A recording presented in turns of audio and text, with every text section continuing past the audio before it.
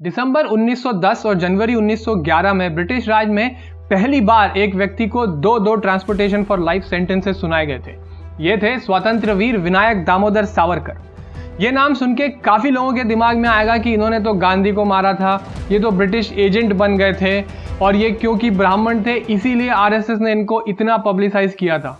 मतलब freedom of expression है तो लोग कुछ भी बोलते हैं, जो मन में आता है वो बोलते हैं। देखो 10 साल काला पानी में बिताने के बाद वहां से जिंदा वापस आना ही बड़ी बात है।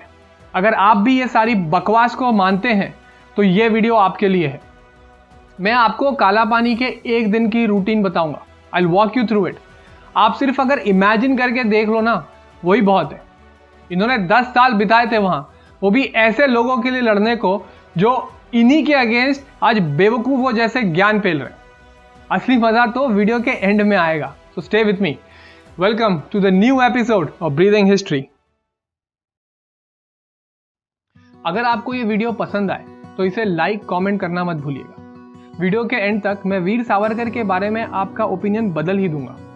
हम सबके लिए ये बात जानना बहुत जरूरी है, तो कोशिश करिए आप कम से कम 3 लोगों को ये वीडियो जरूर दिखाएं और सब्सक्राइब जरूर करवाएं।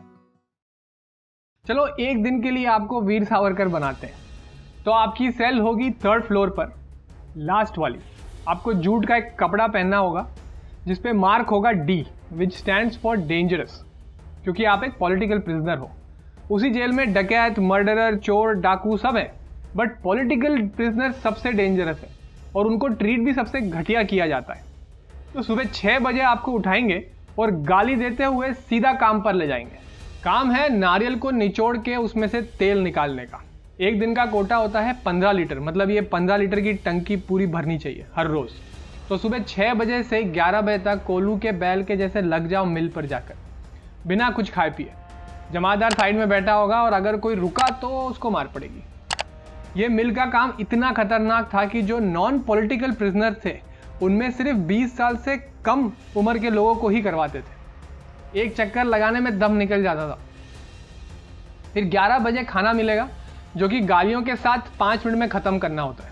उसके बाद फिर से वही काम पर लग जाओ रात को 8-9 बजे तक, वो भी अगर तब तक कोटा पूरा हुआ तो। मान लो कोटा पूरा हो गया तो सेल में जाके खाना खा के सो जाओ, क्योंकि दूसरे दिन फिर से सुबह 6 बजे उठना है और वही काम करना है। और अगर कोटा पूरा नहीं हुआ तो कोड़े पड़ेंगे वो अलग, और तब तक काम करते रहना है जब तक 15 लीटर तेल नहीं आता। अब मान लो करते करते तुम थक गए, चक्कर खा के गिर गए, बेहोश हो गए, तो जमादार आएगा, तुमको उठा के ले जाएगा। पानी मार के उठाएगा या तो मार के उठाएगा। होश आते से ही तुम्हें फिर से काम पर लग जाना है, क्योंकि जब तक थर्मामीटर पे बुखार नहीं आता ना तब तक तुम बीमार डिक्लेयर नहीं होते।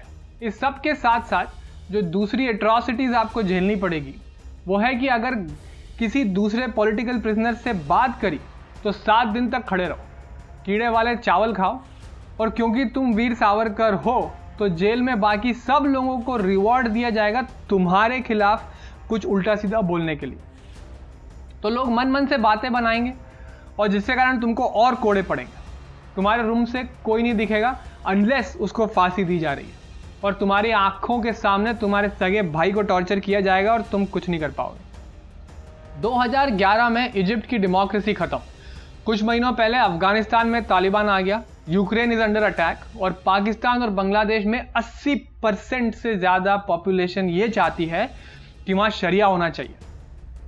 तुम्हारे जैसे वहां भी यंग लोग होंगे जिनके करियर एस्पिरेशंस होंगी, इंजीनियर बनना होगा, डॉक्टर, सीए सब बनना होगा, स्टार्टअप चालू करना होगा, जॉब करनी होगी कहीं।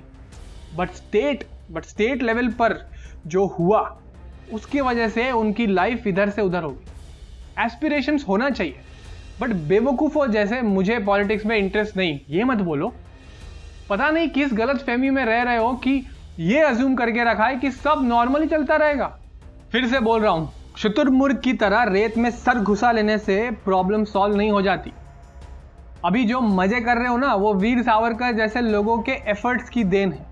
Once those efforts run out फिर क्या होगा? Veer Savarkar talked about Hindu unity, he never said Brahmin unity या कास्ट यूनिटी। कंट्रोवर्शियल फिगर है, ये ओपिनियन बना के बैठे हो। उनका लिखा हुआ एक आर्टिकल पढ़ा है, एक बुक पढ़ी है?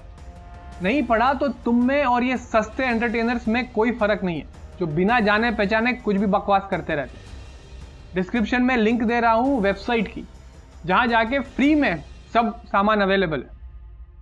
अब देखता हूँ कि क्या एक्सक्यूज बनाते हो तुम लोग कुछ पता ना होने का। यूपी असेंबली में फ्रीडम फाइटर्स के साथ वीर सावरकर की फोटो लगाई तो लोगों को उसमें परेशानी, तो क्या कलमाड़ी की लगा दें या माओ जेडोंग की लगा दें? बाहर की बात क्यों करूं? राजस्थान, तमिलनाडु, केरला, आंध्र प्रदेश, दिल्ली, जहांगीरपुरी में क्या हो रहा है ये पता है कि वो भी नहीं पता? महाराष्ट्र में बाड़ा साहेब की शिवसेना अब सुलेमान सेना बन गई है, और तुम्हारी प्रायोरिटी क्या है कि टोल भरना पड़ रहा है, पेट्रोल महंगा हो रहा है। I am not saying these are non issues, but इसके साथ साथ बाकी के इश्यूज भी मत भूलो। स्कूल की कचरा हिस्ट्री पढ़ के दिमाग में कचरा मत भरो। आपका भविष्य आपके हाथ में है। इतिहास पढ़ो, नहीं तो आप भी इतिहास बन जाओगे। Thank you for watching and see you in the next episode. जय हिंद, जय भारत।